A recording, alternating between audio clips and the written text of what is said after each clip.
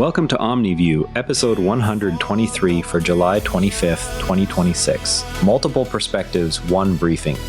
Here's the news, the perspectives, and where to look next. Saudi Arabia's strike on Yemen's main port raises the risk of wider disruption to Red Sea shipping that carries fuel and goods for millions across the Middle East and beyond. Saudi Arabia carried out strikes on the port city of Hodeida in Yemen. The Saudi-led coalition stated the action responded to attacks by Iranian-backed Houthi rebels on Saudi shipping. The strikes follow a pattern of exchanges between the two sides. The coalition issued its statement early Saturday. Hodeida functions as a major entry point for supplies into Yemen.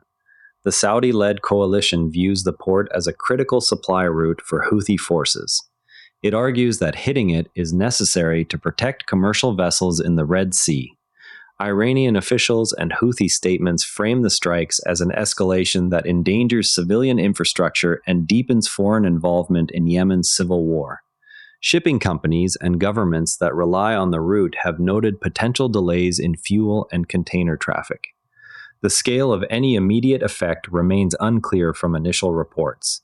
Regional governments continue to monitor whether additional strikes will follow in the coming days. AP News details the coalition's statement and Houthi attacks on shipping.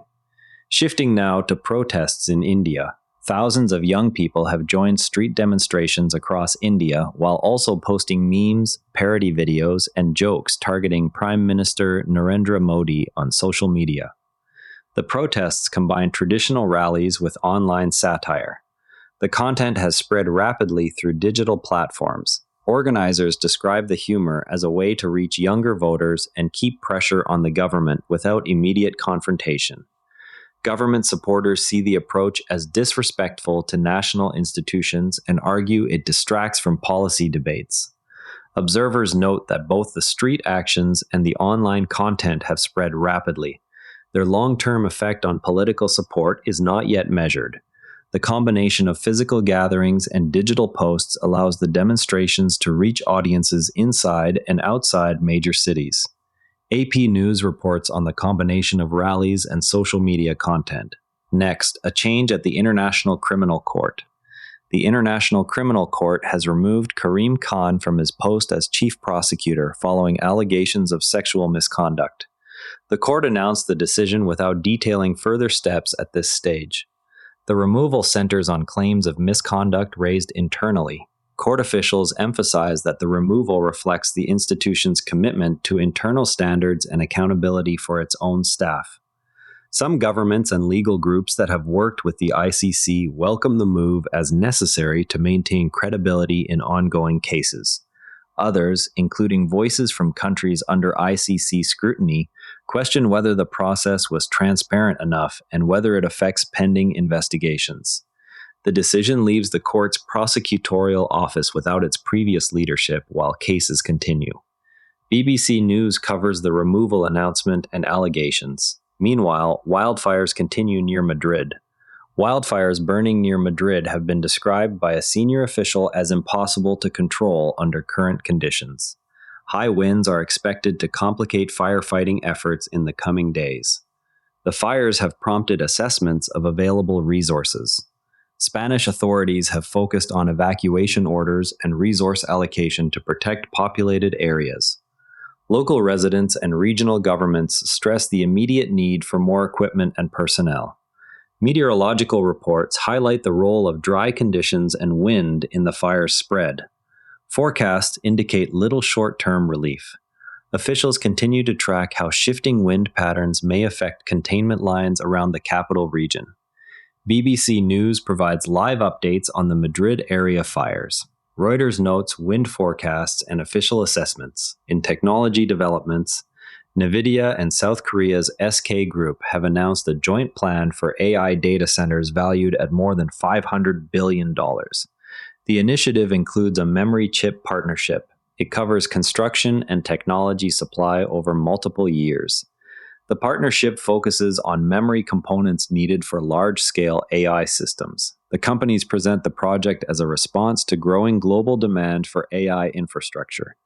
Industry analysts note that SK's memory expertise complements NVIDIA's chip technology, potentially speeding up supply chains. Governments in both countries have signaled support for such large-scale technology investments as part of broader industrial strategies. The multi-year timeline allows for phased development of facilities and component production. Reuters outlines the scale and partnership details. Now, some progress worth knowing about. Lebanon continues to produce educated workers, yet chronic political and economic problems have driven many to emigrate.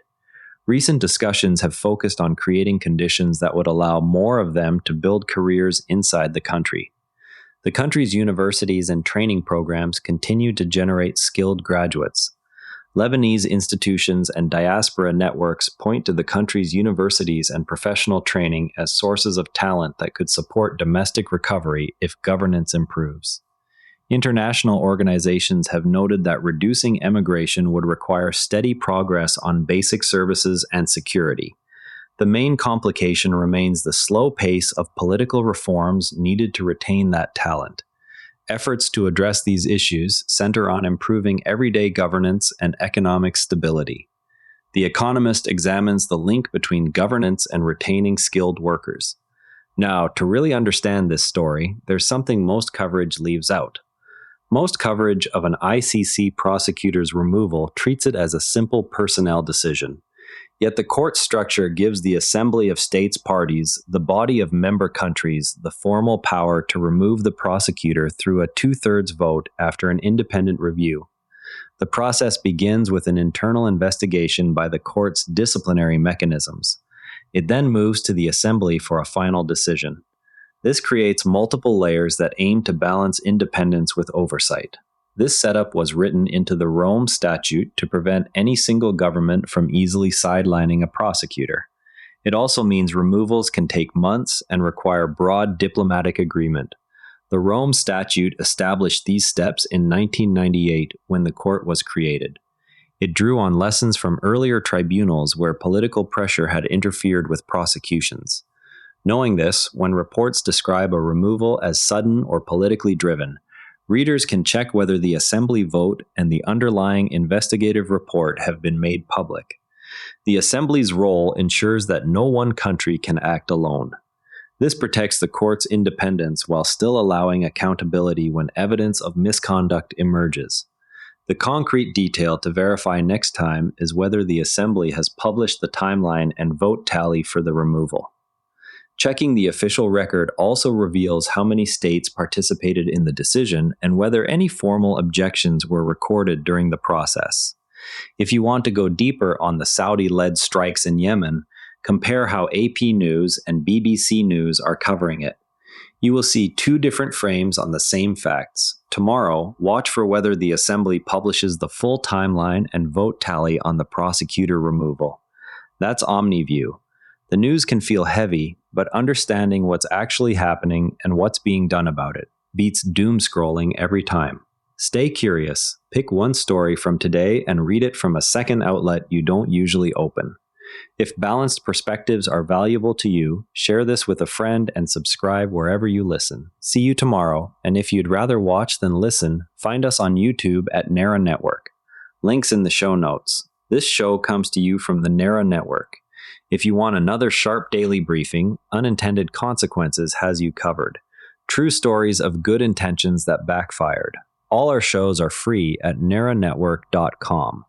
Prefer reading? Today's full write-up, sources, and transcript are on the episode blog at naranetwork.com. Same briefing, readable format. This episode used AI voice synthesis of my voice. Editorial selection and analysis are my own.